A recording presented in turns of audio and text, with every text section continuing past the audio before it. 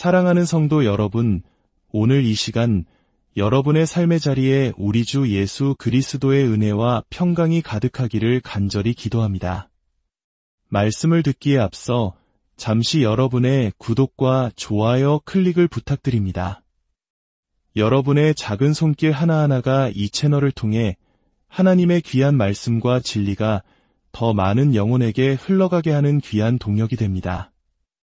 이 사역에 함께 동참해 주시는 여러분 모두에게 하나님의 크신 축복이 함께 하시기를 소망합니다. 자, 이제 성경을 펴시고 에베소서 6장으로 함께 가보겠습니다. 오늘 우리는 믿음을 변호한다는 것, 즉 변증의 주제에 대해 깊이 나눠보고자 합니다. 많은 그리스도인이 믿음을 지키고 변호한다는 말에 대해 불편함을 느낍니다. 우리가 옳고 다른 사람은 틀렸다고 주장하는 것처럼 보이기 때문입니다. 마치 독선적인 태도로 비칠까 두려워하는 것이죠. 하지만 이보다 더 근본적인 문제가 있습니다. 오늘날 교회 안에는 마치 성경에 기록되지 않은 11번째 계명이 존재하는 것 같습니다. 바로 너는 무조건 착해야 한다는 계명입니다. 많은 이들이 10계명의 다른 계명들은 잊어버린 채 이 착해야 한다는 계명만큼은 철저히 지키려 합니다. 이것이 어떤 문제를 낳을까요? 예를 들어 생명의 존엄성에 대한 토론, 즉 낙태 문제에 대해 이야기한다고 상상해 보십시오. 한 그리스도인이 태아의 생명을 지키기 위해 조금은 강하고 단호한 어조로 자신의 신념을 이야기합니다. 그런데 이때 일부 그리스도인들, 특히 젊은 세대 중에는 자궁 안에서 무참히 죽어가는 아기들의 생명보다 토론 중에 보인 그 사람의 착하지 않은 태도에 더 크게 분노하는 모습을 보입니다. 참으로 역설적인 것은 그들이 착하지 않음을 비판하면서 정작 자신들은 그 사람을 향해 전혀 착하지 않은 날카로운 공격을 퍼붓는다는 사실입니다. 그들은 자신들의 공격이 11번째 계명을 어긴 죄인을 심판하는 정의로운 행위라고 믿습니다. 살인하지 말라는 제6계명을 어기는 것보다 착해야 한다는 제11계명을 어기는 것이 더 큰 죄가 되어버린 이상한 세상입니다.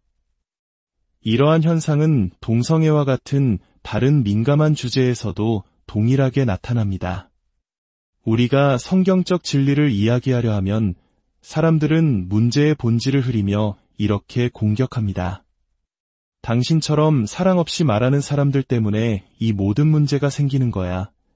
마치 죄의 심각성보다 그 죄를 지적하는 우리의 태도가 더 큰 문제인 것처럼 말입니다. 이처럼 오늘날 우리는 두 가지 큰 도전에 직면해 있습니다.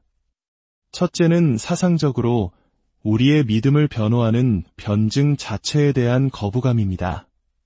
둘째는 기질적으로 영적 전투나 전쟁과 같은 단어 자체를 싫어하며 어떤 갈등에도 휩싸이고 싶어 하지 않는 태도입니다. 우리는 그리스도인인데 싸우지 말고 사랑해야지 라고 말합니다. 과연 그럴까요? 성경은 무엇이라고 말씀하고 있을까요? 에베소서 6장 10절부터 보겠습니다. 끝으로 너희가 주 안에서와 그 힘의 능력으로 강건하여지고 마귀의 간계를 능히 대적하기 위하여 하나님의 전신갑주를 입으라. 우리의 씨름은 혈과 육을 상대하는 것이 아니요 통치자들과 권세들과 이 어둠의 세상 주관자들과 하늘에 있는 악의 영들을 상대함이라. 사도 바울은 우리의 신앙생활을 씨름 즉 레슬링에 비유합니다. 이것은 격렬한 육탄전, 1대1 전투를 의미하는 첫 번째 은유입니다. 이것은 제 개인적인 생각이 아니라 성경이 분명히 기록하고 있는 진리입니다. 계속해서 13절부터 보겠습니다. 그러므로 하나님의 전신갑주를 취하라. 그런즉 서서 진리로 너희 허리띠를 띠고 위에 호심경을 붙이고 평안의 복음이 준비한 것으로 신을 신고 모든 것 위에 믿음의 방패를 가지고 이로써 능히 약한 자의 모든 불화살을 소멸하고 구원의 투구와 성령의 검 곧 하나님의 말씀을 가지라. 여기서 사용된 은유는 단순한 씨름이 아닙니다. 허리띠, 호심경, 투구, 방패, 그리고 검. 이것은 완벽하게 무장한 로마 군인의 모습입니다. 이것은 명백한 전투의 언어입니다. 만약 당신이 전투적인 언어를 싫어한다면 당신은 하나님께 불편함을 느끼는 것일지도 모릅니다. 이제 신약 성경의 뒷부분 유다서로 가보겠습니다. 유다서는 단 한 장으로 되어 있습니다. 3절을 보겠습니다. 사랑하는 자들아, 내가 우리의 일반으로 받은 구원에 관하여 너희에게 편지하려는 생각이 간절하던 차에 성도에게 단번에 주신 믿음의 도를 위하여 힘써 싸우라는 편지로 너희를 권하여야 할 필요를 느꼈노니, 여기서 힘써 싸우라로 번역된 헬라어 원어는 에파고니조마이입니다. 이 단어는 앞서 본 씨름하다, 격렬하게 맞붙어 싸우다라는 의미를 가집니다. 놀랍지 않습니까? 바로 앞선 2절에서 유다는 긍휼과 평강과 사랑이 너희에게 더욱 많을지어다라고 축복합니다. 그리고 바로 다음 구절에서 힘써 싸우라고 명령합니다. 이것은 무엇을 의미할까요? 사랑이 많은 그리스도인이 되는 것과 믿음을 위해 영적 전투에 참여하는 것 사이에는 아무런 모순이 없다는 것입니다. 오히려 참된 사랑은 진리를 지키기 위한 싸움을 동반합니다. 마지막으로 고린도후서 10장 3절을 보겠습니다. 우리가 육신으로 행하나 육신에 따라 싸우지 아니하노니 우리의 싸우는 무기는 육신에 속한 것이 아니요 오직 어떤 견고한 진도 무너뜨리는 하나님의 능력이라. 다시 한번 전쟁, 싸움, 무기라는 단어가 등장합니다. 에베소서의 전신갑주, 유다서의 격렬한 씨름, 그리고 고린도후서의 전쟁 무기까지. 성경은 일관되게 우리의 신앙이 영적 전투의 성격을 띠고 있음을 분명히 보여줍니다. 저는 우리가 이 시대의 잘못된 이념들과 전투를 해야 한다고 말하지 않겠습니다. 우리는 이미 전투 가운데 있기 때문입니다. 이 전쟁은 우리를 향해, 그리고 복음의 진리를 향해 이미 벌어지고 있는 실제입니다.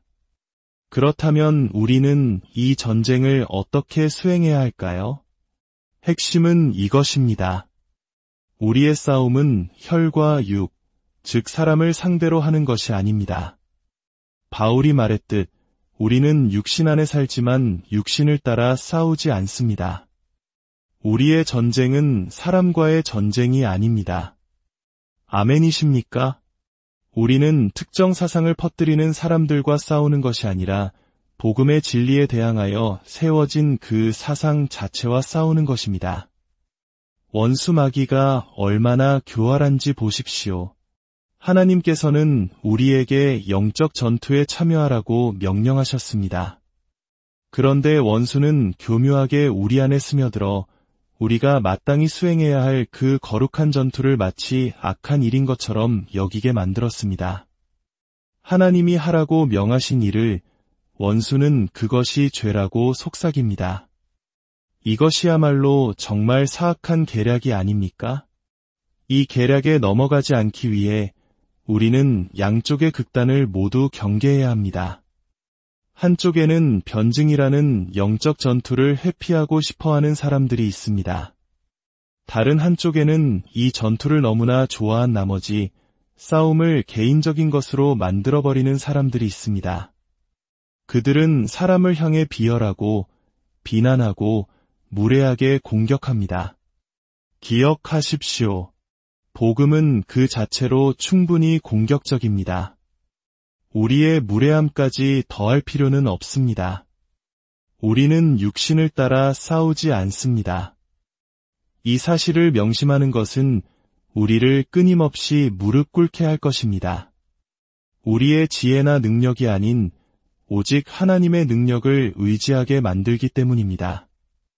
이 싸움은 당신이 얼마나 똑똑한지, 얼마나 말을 잘하는지에 달려있지 않습니다. 우리의 무기는 육신에 속한 것이 아니라 어떤 견고한 진도 무너뜨리는 하나님의 능력입니다. 여기서 견고한 진은 요새나 성을 의미합니다. 바울 시대의 역사적 배경을 생각해 보십시오. 당시 견고한 성을 함락시키는 유일한 방법은 포위 공격뿐이었습니다. 수개월 혹은 수년이 걸리는 지루하고 힘든 공성전을 벌여야만 했습니다. 그 어떤 무기도 단숨에 성벽을 무너뜨릴 수는 없었습니다. 그런데 바울은 우리의 영적 무기가 인간이 수개월, 수년에 걸쳐 해야 할 일을 단숨에 이룰 수 있다고 선포합니다. 이는 오늘날 우리가 가진 핵무기나 벙커버스터 폭탄보다 더 강력한 것을 의미합니다. 우리의 전쟁은 인간의 차원이 아닌 완전히 다른 영적 차원에서 일어나기 때문입니다. 성도 여러분, 이것은 정말 기쁜 소식입니다. 왜냐하면 오늘날 많은 성도들이 낙심하고 있기 때문입니다. 교회가 세상의 비성경적인 사상과 이론들을 받아들이는 모습을 보며 교회를 떠나야만 했던 분들의 소식을 저는 자주 듣습니다. 보수적인 신학교와 기독교 단체들마저 복음과 정면으로 배치되는 세상의 철학을 가르치고 있습니다. 이런 상황 속에서 분열을 보고 낙심하기 쉽습니다. 하지만 기억하십시오. 첫째, 우리는 육신을 따라 싸우는 것이 아닙니다. 당신의 눈에 보이는 것이 전투의 전부가 아닙니다. 둘째, 우리의 손에 들린 무기, 즉 하나님의 말씀과 복음은 우리가 상상하는 그 어떤 것보다 강력하며 이 싸움에서 승리하기에 충분합니다. 음부의 권세가 이기지 못하리라 고 주님께서 약속하셨습니다. 세상의 어떤 이론이나 사상도 결코 하나님의 교회를 무너뜨릴 수 없습니다. 그렇다면 우리는 구체적으로 무엇을 해야 할까요? 바울은 두 가지를 말합니다. 첫째, 하나님을 아는 것을 대적하여 높아진 모든 이론을 무너뜨려야 합니다. 우리는 세상의 잘못된 이념들이 무엇인지 식별하고 그것들이 가진 위험성을 분별하며 성경적 진리로 그것들을 해체해야 합니다. 물론 베드로의 권면처럼 우리는 항상 온유함과 존중하는 마음으로 우리 안에 있는 소망의 이유를 설명할 준비가 되어 있어야 합니다. 둘째, 모든 생각을 사로잡아 그리스도에게 복종시켜야 합니다. 이것은 모든 영역에서 성경적 세계관을 세우는 것을 의미합니다. 오늘날 우리가 겪는 문제의 상당 부분은 우리 스스로가 인종, 성, 사회, 정치와 같은 문제들에 대해 깊이 있는 성경적 신학을 정립하지 못했기 때문입니다. 잘 다듬어진 성경적 대안이 없으니 그럴듯해 보이는 세상의 이론에 쉽게 마음을 빼앗기는 것입니다. 우리는 사회학이나 심리학, 정치학을 성경을 해석하는 렌즈로 사용해서는 안 됩니다. 오히려 성경이라는 렌즈를 통해 그 모든 학문을 비판적으로 바라보아야 합니다. 하나님의 말씀은 충분합니다. 우리의 싸움의 무기는 어떤 견고한 진도 무너뜨릴 만큼 강력하며 모든 싸움에 충분합니다. 사랑하는 성도 여러분, 이 거대한 영적 전쟁 속에서 우리 모두가 동일한 역할을 맡을 필요는 없습니다. 하나님은 각자에게 다른 초소를, 다른 성벽을 맡기셨습니다. 제가 모든 전선에서 일어나는 일을 알 필요는 없습니다. 저는 단지 저에게 맡겨진 성벽 위에서 제게 맡겨진 싸움을 신실하게 싸워나가면 됩니다. 여러분도 마찬가지입니다. 하나님은 여러분에게 세상을 전부 고치라고 요구하지 않으십니다. 단지 여러분의 자리에서 여러분에게 맡겨진 그 벽을 굳건히 지키라고 말씀하십니다. 용기를 내십시오. 우리 손에 들린 무기는 충분하고도 남습니다. 용기를 내십시오. 바알에게 무릎 꿇지 않은 수많은 신실한 동역자들이 있습니다. 그리고 가장 중요한 사실을 기억하며 용기를 내십시오. 결국 그리스도의 신부인 교회는 신랑 되신 예수님에 의해 반드시 보호받고 보존되고 구원받아 온전히 회복될 것입니다. 주님, 오늘 이 시간 말씀을 듣는 모든 성도님들 위해 하늘의 지혜와 용기를 부어주시옵소서. 우리가 싸워야 할 대상이 사람이 아닌 어둠의 권세와 거짓된 사상임을 분별하게 하시고 우리의 유일한 무기이신 하나님의 말씀과 복음의 능력을 굳게 신뢰하게 하옵소서. 각자에게 맡겨진 삶의 자리에서 믿음의 선한 싸움을 담대히 싸워나가게 하시고 이 모든 과정을 통해 오직 하나님의 이름만이 높임 받으시옵소서. 우리 주 예수 그리스도의 이름으로 기도합니다.